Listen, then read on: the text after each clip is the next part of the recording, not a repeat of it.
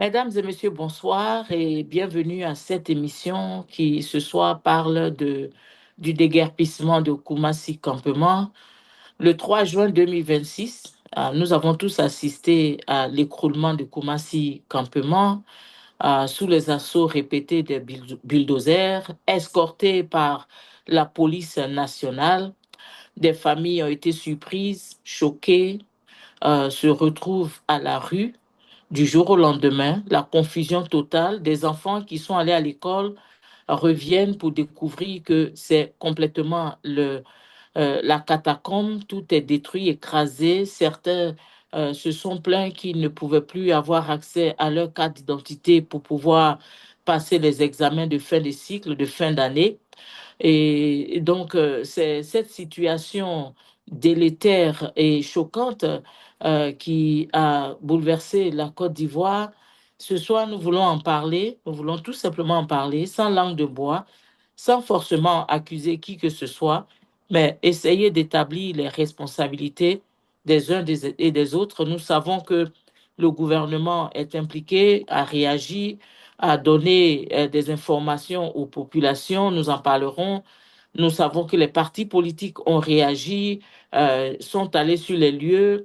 Nous savons aussi que de l'argent a été donné à ces personnes qui se retrouvent dans la rue. Des matelas ont été donnés. Mais est-ce que tout cela suffit? Alors, ce soir, nous en parlons parce que c'est un fait social, c'est aussi un fait socio-politique et socio-économique. C'est un peu des vies qui, à l'image des autres euh, quartiers qui ont été écrasés, donc ce sont des gens qui sont aujourd'hui livrés à eux-mêmes, vidés de leur essence, vidés de 30 ans de vie, 40 ans de vie. Nous avons assisté à la destruction d'un Djamé village et nous avons tous vu comment les populations ont pleuré. Il y a eu même des morts. Et dans ce cas-ci aussi, on a déploré aussi au moins une personne décédée. Et n'oubliez pas qu'il y a encore une autre longue liste que le gouvernement nous a donnée, une longue liste sur laquelle qui sera écrasée au fur et à mesure. Voilà. Donc, nous vous saluons et ce soir, pour parler de tout ça, nous recevons le pasteur Aka euh, depuis Washington, D.C. Je voudrais tout de suite dire bonsoir au pasteur. Bonsoir, pasteur. Oui, bonsoir, si c'est Sarah. Bonsoir, Monsieur Jacques Roger, Afrique 2050. Voilà pour le privilège qui nous est accordé en tant que citoyens de donner notre point de vue sur une situation très calamiteuse qui aujourd'hui frappe le pays. Donc, c'est un privilège pour moi d'être à votre écoute. Merci. Merci, pasteur Aka. Nous sommes très heureux de vous avoir et nous sommes reconnaissants que vous soyez avec nous ce soir. Nous voulons commencer tout de suite. Je voudrais d'abord prendre vos impressions après tout ce qui s'est passé, tout ce qu'on a vu, les pleurs, les personnes dans les rues couchant à la belle étoile. Je voudrais savoir un peu vos impressions, pasteur. Oui, merci. Tout de suite, il faut dire que nous compatissons à la douleur de ces populations. C'est une situation déplorable, mais les responsabilités sont partagées. Et c'est une situation, pour ma part, ne doit pas surprendre la population ivoirienne. Voilà, donc, parce que dans le fond, quand nous observons, les responsabilités sont partagées. D'abord, la première responsabilité, il y a le gouvernement ivoirien. La deuxième responsabilité, nous avons les partis politiques. La troisième responsabilité, nous avons la société civile. Et la quatrième responsabilité, nous avons les religieux. Ben, cette situation de déguerpis met mal à l'aise à cause du manque de cohésion sociale dans notre nation. Peut-être qu'au fur et à mesure de cette émission, nous allons aller un peu plus en profondeur parce que je dirais qu'il y a une absence totale ou bien une démission totale, non seulement des partis politiques, de la société civile, des religieux dans son ensemble et même de la population. Ça, c'est la première impression que j'ai. Et pour mieux me faire comprendre, c'est que le gouvernement est dans sa logique. Et il faudrait que la population ivoirienne comprenne cela. Le gouvernement, depuis 2022, depuis le 7 juin 2022, est dans un programme de déguerpissement. Le gouvernement est dans un programme donc qu'ils appellent développement, infrastructure, construction de routes, construction de ponts. Donc, il y a déjà eu cette alerte.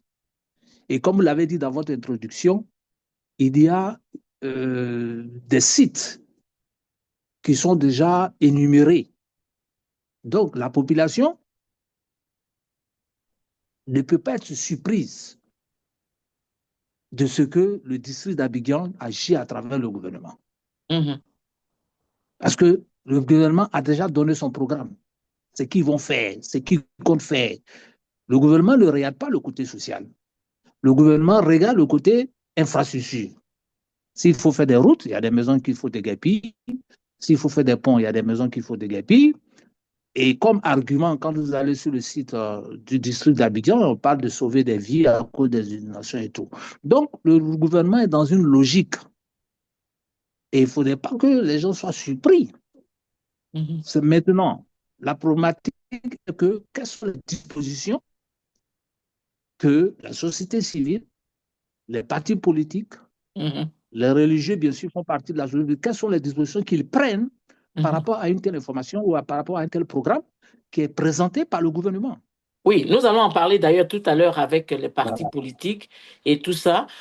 Mais au lendemain de cette hécatombe, on a vu le parquet d'Abidjan réagir. Alors, la vraie raison pour laquelle le parquet a réagi, il semblerait que M. Brou euh, Jacques, qui est celui qu'on a présenté comme étant le commanditaire de cette démolition, a donné des documents dans lesquels il a cité des personnalités ivoiriennes, en l'occurrence Monsieur Seredo, c'est ça le nom, le ministre Seredo.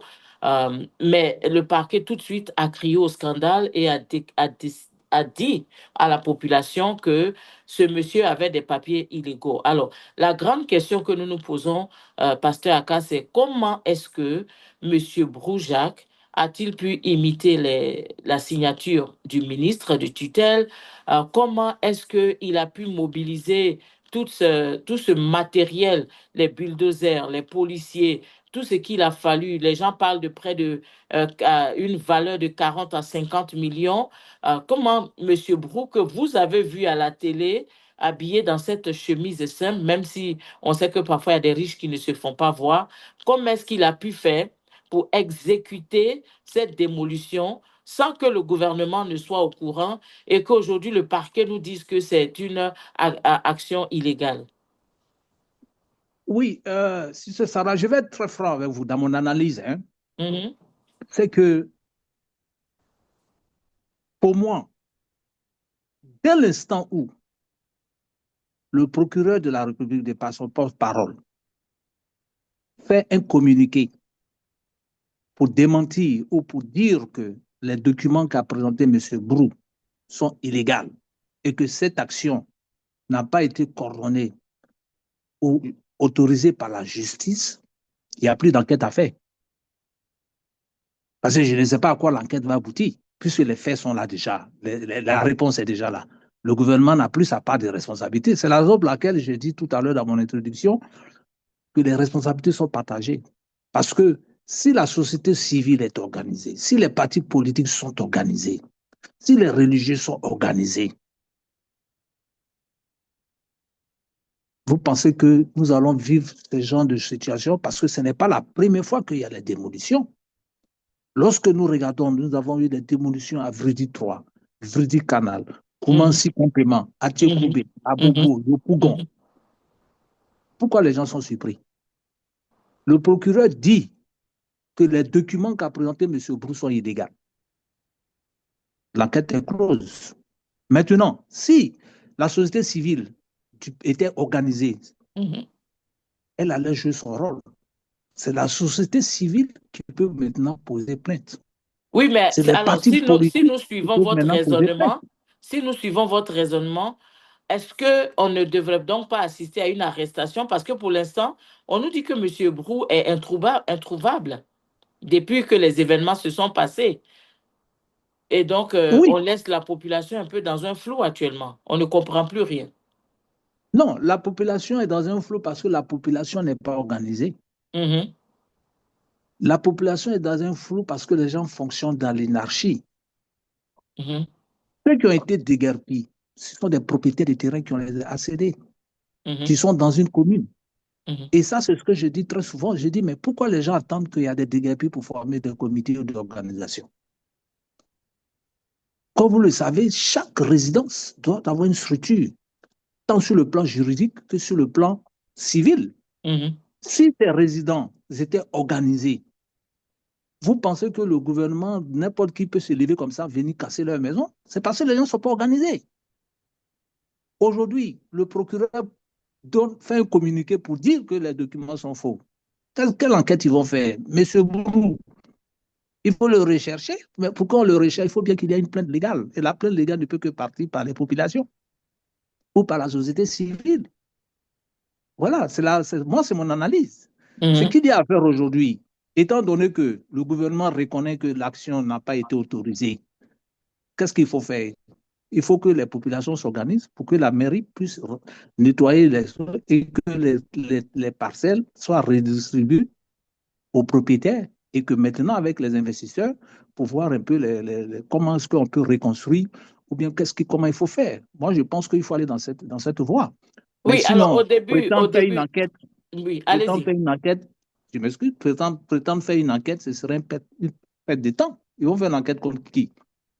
Oui, alors tout à l'heure, au début, vous avez parlé euh, de l'État qui a un plan, qui a un programme.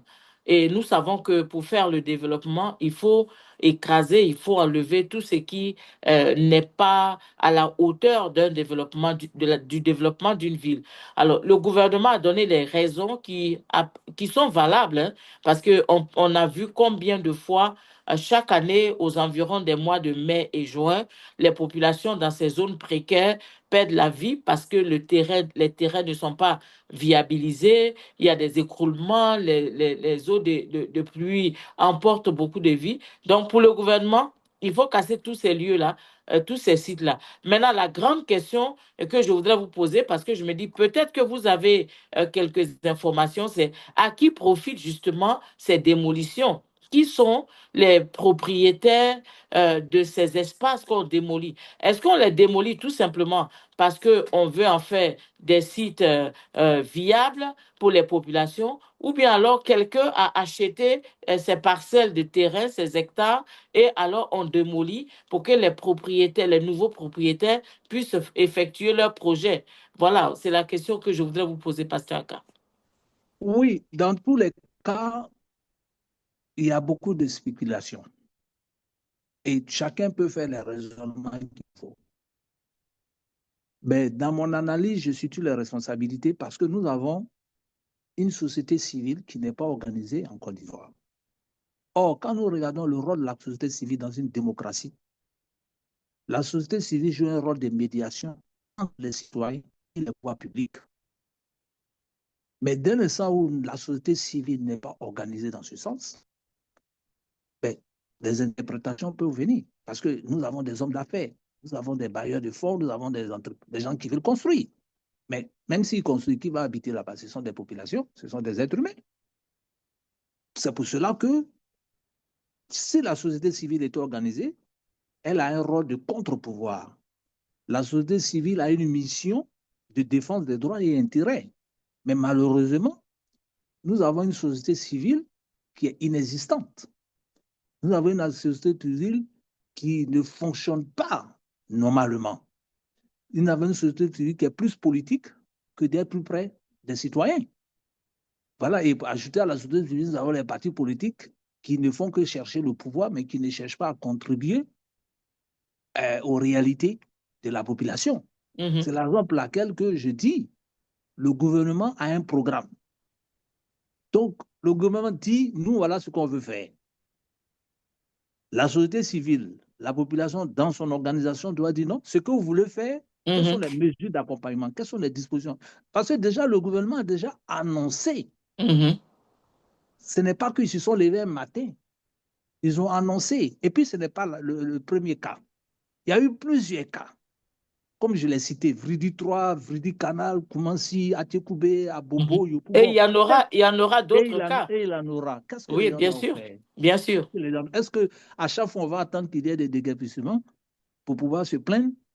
Non. Alors, C'est parlant donc maintenant de qu'il faut se société, prendre. parlant de société civile, Pasteur Ouais. Aka, parce que là, vous soulignez que la société civile ivoirienne n'est pas solide.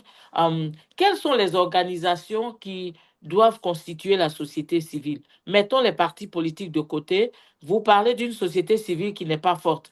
Quelles sont les organisations qui peuvent constituer cette société civile-là, pour lui donner la force justement de lutter pour les populations? Oui, quand on parle de société civile, on parle Mhm, de la population dans son ensemble.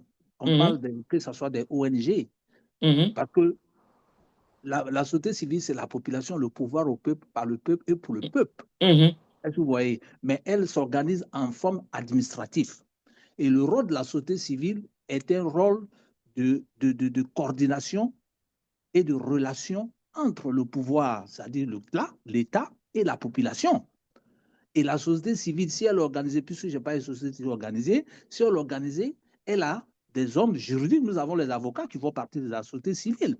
Mhm, Donc, nous avons les défenseurs des droits de l'homme qui font partie de la société civile.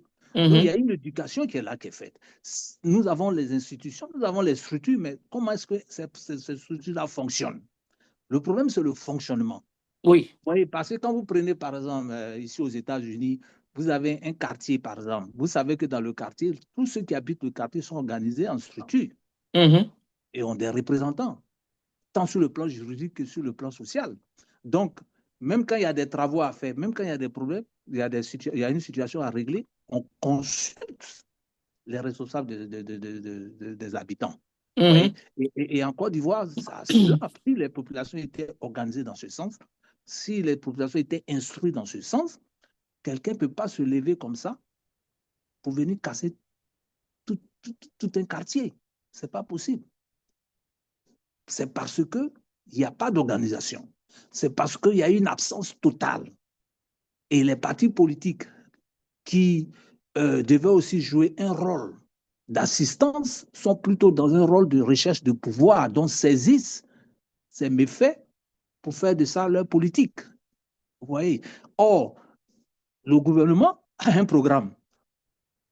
Moi, je reste dans une logique. Le gouvernement a un programme. Et le programme du gouvernement, que vous le voulez ou pas, le gouvernement n'a jamais changé. Parce que c'est une opération qui a commencé depuis 2022. Nous sommes en 2026. Alors, avant de parler du gouvernement, je voudrais quand même qu'on reste un peu sur la société civile. Oui. C'est vrai que le gouvernement est le premier responsable de tout ce qui se passe, mais vous citez des parties du fonctionnement de la vie de la société ivoirienne qui sont aussi importantes, comme par exemple la société civile. Est-ce que la société civile est faible parce que le gouvernement ne l'éduque pas, ou bien alors est-ce parce que la société civile elle-même, elle se corrompt en prenant des partis, en prenant parti avec les partis politiques, si vous me comprenez? Est-ce que ce n'est pas Oui, parce que la société civile est corrompue, parce que dans la société civile, les organisations qui sont présentes dedans sont des organisations teintées politiquement, que cette société civile ne peut pas aller quelque part? oui, je dirais que une société civile partisane ou par rapport à un parti politique n'est plus une société civile, elle devient une opposition. Mais une société civile, elle est purement indépendante parce qu'elle agit dans l'intérêt du peuple. Voilà, elle agit de façon en tant que nationaliste. Nous avons des sociétés civiles qui sont plutôt politiques, qui ne font que critiquer, mais qui ne jouent pas le rôle de l'intérêt national, Qui ne participent pas avec l'État. qui ne Et, participent et, pas et avec d'ailleurs, qui l'État. refusent même d'accepter ce que l'État met en place parfois. Voilà. Parfois. Parce que quand on donne la définition d'une société civile organisée dans une démocratie, la société civile joue un rôle de médiation entre les citoyens et les pouvoirs publics. Voilà le rôle de la société civile. Et la société civile a une mission, défendre les droits et intérêts des hommes. Elle agit dans la protection de l'environnement des droits humains et surtout des cas de force majeure. La société civile est contre-pouvoir. Elle joue un rôle d'alerte et de surveillance en initiant des programmes de politique sociale, humanitaire. Vous voyez, mais nous sommes plus partisans. Il y a la société civile PPACI, il y a la société civile RHDP, il y a la société civile FPI, il y a la société civile ceci, cela. Mais dès l'instant où vous avez une appartenance politique, vous n'êtes plus société civile. Mhm. Vous voyez, or, la société civile complète souvent l'action de l'État en Mhm. assistant les populations vulnérables, tel que le cas, par exemple, de Koumansi Campement, qui a été injustement détruit. Mhm. Si nous avons une société civile bien organisée, parce que quand je parle de la société civile, c'est tous les syndicats, que ce soit les travailleurs, que ce soit les religieux, c'est tout le monde qui est concerné, parce que là, nous voyons que il y a une situation qui n'est pas normale. Avec l'aide des avocats, le pouvoir public sera obligé de reculer. Mhm. Ouais, c'est pour ça que j'ai dit le gouvernement a un programme. Ils ont dit D'accord. voilà ce qu'ils veulent faire. Si la société civile est organisée, Mhm. tout de suite, on va saisir, on dira au district d'Abidjan, et vous avez dit que vous voulez détruire à Tchékoubé ou bien à Bobo. Bon, on ne sait pas quand, mais quelles sont les mesures d'accompagnement? Quelles sont les dispositions que vous avez prises? Comment est-ce que Exactement. vous allez loger ces gens? Mhm. Nous savons que cela fait partie de votre programme de développement. Mhm.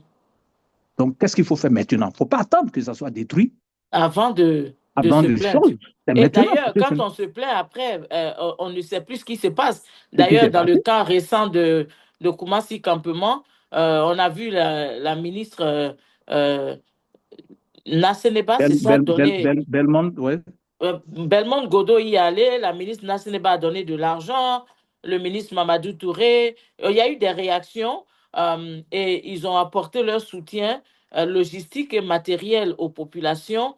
Mais ça va durer combien de temps puisque ces gens, malgré tout, dorment à la belle étoile? On sait qu'il y en a qu'on a logés dans les écoles. Bon, c'est les vacances, donc il y en a qu'on a placés dans les écoles. Mais après ça, évidemment, il n'y a plus d'informations pour permettre aux populations de savoir que ces personnes-là ont été relocalisées ou bien ont été soulagées. Alors, parlant des partis politiques, on s'est assez étendu sur la société civile. Pasteur Aka, moi, je voudrais savoir les réactions des partis politiques au lendemain de cette calamité. On a vu comme d'habitude, hein, c'est le train-train habituel. Ils sont sortis, ils ont parlé. Madame Simone Gbagbo a parlé, M. Laurent Gbagbo a parlé, M. Blé Goudé y est allé, le PDCI a demandé à une de ses députées de parler. Donc, en fait, les partis politiques ont parlé. Et puis après, quand ils ont fini de parler, et puis après, pasteur. Oui, mais justement, et puis après, il n'y a plus rien d'autre. Parce que là, ce qui est en train de se passer, c'est quoi? Vous allez voir, peut-être dans 1 ou 2 semaines, on n'en parlera plus de comment si campement. C'est ça. Parce que le problème, c'est quoi? Moi, je reste dans une compréhension à laquelle, dès l'instant où le procureur de la République fait un communiqué pour dire que les documents que M. Brou a fournis sont illégaux et que l'État ivoirien n'a pas été associé, peu importe, on peut faire les enquêtes pour savoir qui est derrière, tout ça, c'est nécessaire, mais c'est pas. Dès l'instant où le procureur a fait ce communiqué, ça veut dire qu'il n'y a plus d'enquête à faire. On sait que c'est un truc de faux et usage de faux. Donc, qu'est-ce qu'il faut faire? Il faut chercher maintenant à réhabiliter ces populations. Il faut maintenant que, c'est pour ça que j'ai parlé de la société civile organisée, j'ai parlé des partis politiques, il faut maintenant voir avec la commune de Koumansi comment nettoyer les débris et puis redistribuer les terres aux propriétaires et voir maintenant dans quelles conditions on peut les aider à reconstruire leur maison ou bien s'il faut ils veulent vendre les terrains, ils vendent. Vous voyez, parce que déjà, si on ne le fait pas dans ce sens, et qu'on va prendre notre temps pour chercher qui est derrière, ce serait une perte de temps.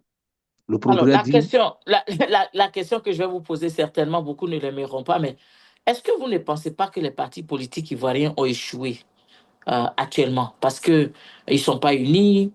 Chacun cherche à tirer la couverture de son côté. On se lance des petits pics chaque fois qu'il y a des situations. Est-ce que vous ne pensez pas que le vrai problème de la population ivoirienne aujourd'hui, c'est les partis politiques dans la mesure où ils n'arrivent pas à s'unir pour former une force qui pourrait amener le pouvoir, le gouvernement autour d'une table de négociation pas pour le bénéfice des partis politiques nécessairement, mais dans le cas, par exemple, de Koumassi Village, est-ce qu'il n'aurait pas été mieux que les partis politiques se retrouvent pour former une force, comme on pourrait appeler ça, un comité, par exemple, d'urgence, qui vient et demande à l'État de s'asseoir pour parler un peu de ce que vous venez de dire. On sait la prochaine personne sur la liste, par exemple, c'est Songon ou bien c'est Yopou Gonkute ou je ne sais pas quoi. Alors, on voudrait savoir ce que vous avez prévu. Qui est derrière? Est-ce que ça a été acheté par un particulier? Est-ce que c'est parce qu'on va faire passer un pont là-bas? Quelles sont les mesures d'accompagnement? Est-ce que vous ne pensez pas que les partis politiques de Côte d'Ivoire sont devenus un peu ce qu'on appelle en anglais tellement selfish qu'ils sont centrés sur leurs intérêts et s'ils n'ont pas le pouvoir, on peut aller dire bonjour et yako aux populations, et puis après, chacun rentre chez lui. Pasteur K. oui, ce que vous dites est tout à fait juste. Et comme je l'ai dit dans mon introduction, il y a une absence, une démission totale des partis politiques. Mhm, Ils ne recherchent que leur propre intérêt. Or, si les partis politiques participent à la vie de l'État, à la vie de la population, mhm, avant même d'être au pouvoir, comme nous le voyons dans les pays développés, mhm, les choses allaient changer. Mais nous avons des partis politiques qui, comme vous le dites, qui sont d'abord, ce n'est pas le fait même d'être unis ou bien d'être ensemble, non. Mais comment est-ce qu'elles se projettent au social, aux besoins de la population? mhm, Oui. Malheureusement, en Afrique, nous voyons que les partis politiques ne contribuent pas au développement du pays. Ils attendent, ils cherchent simplement à être au pouvoir. Et ça, c'est un mhm, problème. Or, quand on regarde les partis politiques, il y a des cadres, il y a des juristes, il y a des enseignants, il y a il y a des techniciens. Vous mhm, voyez, il y a des fonctionnaires parmi eux. Mais qu'est-ce qu'ils font concrètement? Je n'ai jamais vu qu'un parti politique a construit une école bien dispensée pour la population. mhm, Je n'ai jamais appris ça. Tout ce qu'ils savent, on attend élection. La population va les voter. Et puis ça s'arrête là. mhm, Mais non, le gouvernement, ils viennent avec un programme, que vous le voulez ou pas, ils sont au pouvoir, ils font ce qu'ils doivent faire, ils veulent atteindre leur objectif. Peu importe les voies qu'ils vont utiliser, ils utilisent ce qu'ils peuvent faire pour atteindre leur objectif. mhm, Mais pour ce parti politique, si vous savez que les actions du gouvernement ne vont pas dans le sens du bien-être de la population, qu'est-ce que vous faites? Il y a trop de problèmes de personnes. Mais moi, je ne considère pas ça, mais je dis quelles sont les actions concrètes. Parce que, comme je l'ai dit, leur absence, ce n'est pas le fait d'être à l'Assemblée qui est important. Non, quand vous prenez un parti comme le PDCI, c'est un grand parti politique. Il y a des mhm, cadres, il y a des ingénieurs. Quand vous mhm, prenez le PPACI, il y a des cadres, des ingénieurs, ils vivent. Mais quelle action sociale ils entreprennent? Est-ce que c'est mhm, pour aller donner des sacs de riz et la nourriture aux gens? Qu'est-ce qu'ils font concrètement?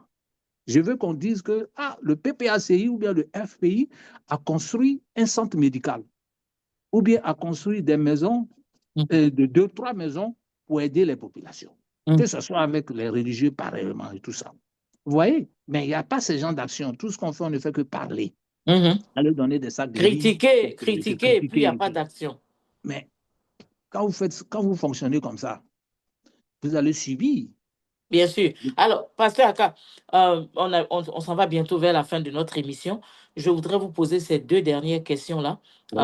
Si on a un temps extra, on pourra ajouter une autre, mais ce sont des questions importantes parce que avant de faire les émissions, nous parlons avec les Ivoiriens, nous demandons aux Ivoiriens, nous avons des débats avec les Ivoiriens et nous tirons quelques questions de là-bas. Alors, il y a des personnes qui disent que il y a deux choses qui ne se sont pas encore passées depuis qu'on a commencé à démolir et comment on dit ça encore en français, à traumatiser les populations ivoiriennes avec toutes ces démolitions. Deux choses qu'ils n'ont pas encore vues. La première chose, c'est qu'il n'y a pas encore eu ni de démission, ni de limogeage de la part du président. On n'a pas encore mis on n'a jamais inquiété un quelconque ministre chargé d'un quelconque département. On nous dit que, par exemple, Koumassi Campement est illégalement écrasé. Le directeur général de la police n'est pas sorti, n'est pas inquiété. Pourtant, il y avait des policiers là-bas. L'imitation de la signature sur les papiers de M. Brou n'a pas été, on n'a pas poursuivi cette enquête. Euh, les ministres, les personnalités qui ont été citées dans ce dossier, personne n'a été interpellé, même pour être entendu. Donc, c'est des choses, des informations qu'on lance aux populations. Donc, il y a certains qui disent que le gouvernement n'a pas été inquiété. La deuxième chose, c'est qu'il y en a qui disent que, et ceux-là, c'est peut-être les nostalgiques, les gens des années 60 qui pensent encore, qui regrettent encore le président Fouette, qui disent que le président Ouattara ne sort pas pour parler aux populations quand les populations sont affectées. Pourquoi ce silence? Quand on l'a vu parler par rapport à la Coupe du Monde, certains pensent que la Coupe du Monde, la participation des éléphants n'est pas plus importante que des gens qui ont perdu leur vie, qui ont perdu des parents, qui ont perdu 30 ans d'existence sur un site quelque part. Qu'est-ce que vous pouvez dire à ces personnes-là, Pasteur Aka? Bon, ces personnes sont libres hein, de leur Mhm. raisonnement ou de leur analyse. Bien Mais sûr. vous savez, quand il faut que les gens apprennent à connaître le président Ouattara. Mhm. Il est là pas depuis, 2000, pas depuis 2026. Il est là depuis 1992. Mhm. Il n'a pas changé de méthode de travail. Ce n'est pas la personne qui parle beaucoup. Il a des ministres, il a des émissaires, Mhm. il a des gens autour de lui à qui il donne des directives. Mhm. Ce n'est pas quelqu'un qui se jette comme ça dans la population. Donc, qu'est-ce qu'il va dire? Ça va changer quoi? Ça ne va rien changer puisqu'il est dans sa logique. Parce qu'il y a différents types de leadership. Il y a le leadership qui est plus près de la population et il y a le Mhm. leadership qui est purement dans une position de Technocrate. technocrate. Voilà. Mhm. Donc, il ne faudrait pas que les Ivoiriens soient surpris de la réaction du comportement du président Ouattara. C'est comme ça il a été formé, c'est comme ça il est. Il n'a jamais pris la parole comme n'importe comment. Les seules fois où il parle, c'est pendant les événements officiels, fête d'indépendance, de machin et tout. Point. Mhm. Et il a un exécutif. Donc, il ne faut pas être surpris. Et deuxièmement, pourquoi vous voulez que les gens cela démissionnent? Ces personnes-là ne peuvent que démissionner si les responsabilités sont vraiment situées. Or, le procureur de la République fait un communiqué pour dire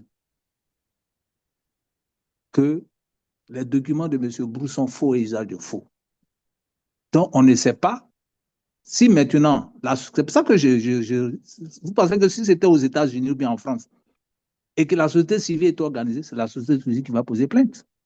C'est les Mhm. populations qui vont poser plainte. Et quand les Mhm. populations posent plainte ou la société pose plainte, c'est plus sérieux que ce soit un individu. Mais c'est parce qu'il n'y a pas une action juridique dans ce sens-là que nous faisons beaucoup de spéculations. Mais si la société civile pose plainte, vous allez voir, le gouvernement va réagir. Si la société civile réagit, le gouvernement sera obligé de se soumettre. Mhm. Mais les gens ne disent rien. On vient, on leur donne quelques billets et puis c'est fini. Les gens disparaissent. Il y en a même qui sont contents parce qu'on leur donne un peu d'argent, ils vont les s'asseoir au village. Mhm. Voilà. Donc, la part de responsabilité de la société civile, des partis politiques encourage le gouvernement à continuer son programme de développement. S'il faut casser, il casse. Parce que ce n'est pas la première fois. Donc, Mhm. on ne peut pas parler de démission dès l'instant où il y a un communiqué juridique officiel par le procureur qui dit que tout est faux. Vous allez accuser qui? Il faut maintenant que la population pose plainte. Et si la population pose plainte, en ce moment, l'enquête peut avoir un effet. Maintenant, si M. Brou pense qu'il a été manipulé, lui aussi va poser plainte. Je ne sais pas si vous voyez un peu ma position. Oui, bien sûr, nous comprenons votre position, mais Voilà, c'est la donc, faisabilité de ce c'est que la vous dites. faisabilité. C'est la faisabilité, en fait, qui est maintenant le grand problème. Cette population que vous avez vue livrée à elle-même actuellement, désemparée, qui dort sur des matelas par terre, qui n'ont pas vraiment à manger tous les jours, qui ont même peut-être des problèmes pour satisfaire à leurs besoins les plus essentiels, est-ce que cette population-là a la force d'aller porter plainte? Oui, mais c'est parce qu'elle n'est pas encore vraiment atteinte. Le jour où elle sera vraiment atteinte, le jour où la population réalisera que ses intérêts, ses droits sont carrément bafoués, Mhm, elle saura ce qu'il faut faire. mhm, Parce que là, la population ne fait que subir. Et quand je parle de la population, je parle du peuple dans son ensemble. mhm, Voilà, le gouvernement, eux, ils font leur programme de développement. C'est ça. Parce qu'il faut que les gens comprennent une chose. Tout gouvernement qui vient a un programme. Personne et tout le monde ne peut pas être satisfait. C'est pour cela que la société civile doit être organisée. Parce qu'il y a beaucoup de domaines d'intérêt auxquels la société civile peut intervenir. mhm. Et quand la société civile intervient, le gouvernement est obligé de reculer ou bien de composer. Oui, mais si la société civile elle-même est inexistante, si les partis politiques eux-mêmes sont inexistants, si Mhm, les religieux sont dans leur case, dans leur maison pour dire simplement Alléluia, Alléluia, Alléluia, je suis serviteur de Dieu, je sais de quoi je parle, mhm. écoutez, on va subir, on va subir. Il y a beaucoup de choses auxquelles on accuse le gouvernement, mais il faut amener le gouvernement à réaliser en participant. Vous voyez, les inondations, aujourd'hui, on parle des casses.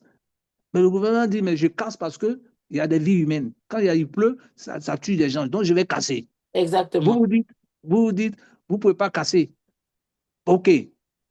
Puisqu'il y a des vies humaines qui sont en cause, quelles sont les dispositions que nous prenons avant que les saisons de pluie n'arrivent, avant qu'il y ait ces casses? Mais Mhm, c'est la société civile, c'est la population qui doit s'organiser, c'est les mhm, jurys qui doivent s'organiser, c'est tout le monde. mhm. Mais personne ne bouge. On vient, on parle, oh, oh, oh, oh, excusez-moi, on critique, mais il n'y a pas d'action concrète. On insulte, On insulte, mais on va subir. On va mais subir. rien n'échange. Il y a beaucoup d'exemples. Vous pensez qu'en France, on a vu avec les gilets jaunes, ils ont réussi à faire des changements. Mhm, Ce n'est pas la révolution qui est importante, mais c'est les actions qui sont entreprises. Et dans ces mhm, actions, nous avons des juristes, nous avons des avocats, nous avons des citoyens. mhm. Voilà. Qu'est-ce que l'État peut faire devant une société civile? Rien d'autre que de subir, Organisé. Il y a une organiser, société civile organisée, bien sûr. organiser. Voilà. En tout cas, merci, Pasteur Aka. D'ailleurs, ce qui nous dérange un peu en Côte d'Ivoire, c'est ce que vous avez dit. Beaucoup de personnes parlent, les partis politiques parlent, des députés indépendants parlent, euh, euh, les gens font des panels à gauche, à droite, qui en fait ne touchent pas du tout le gouvernement. Je veux dire qu'ils ne changent rien dans les actions du gouvernement qui continue de mettre en place son programme.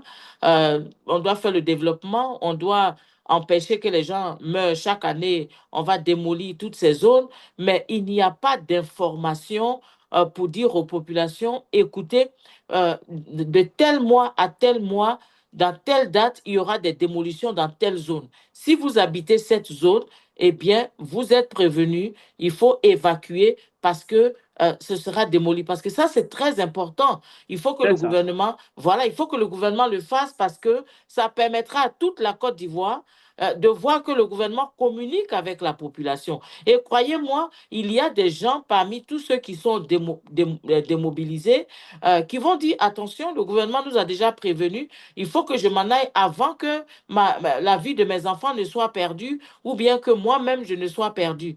Malheureusement, les gens ne réagissent pas et il n'y a pas d'éducation. Alors, c'est vraiment la dernière chose avant que vous ne donniez votre mot de fin, la sensibilisation et l'éducation de la population qui en est responsable. Est-ce que c'est les partis politiques, puisque la société, les citoyens sont aussi dans la politique, ou bien alors est-ce que c'est exclusivement le rôle du gouvernement d'éduquer les populations, de faire des campagnes de sensibilisation, de former tout le monde que, attention, il y a un programme de destruction qui est mis en place et bientôt ce sera dans telle ou telle zone. C'est vraiment votre dernière question et après ça, vous pouvez donner votre mot de fin, Pasteur Aka. Oui, merci à vous.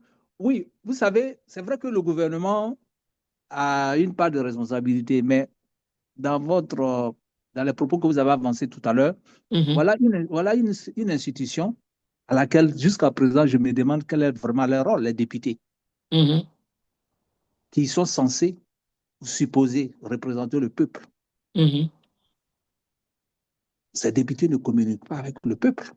Ils sont carrément inexistants. Je ne sais pas, le président Ouattara est trop gentil pour leur donner des salaires de 3 500 000 et quelques mille par mois.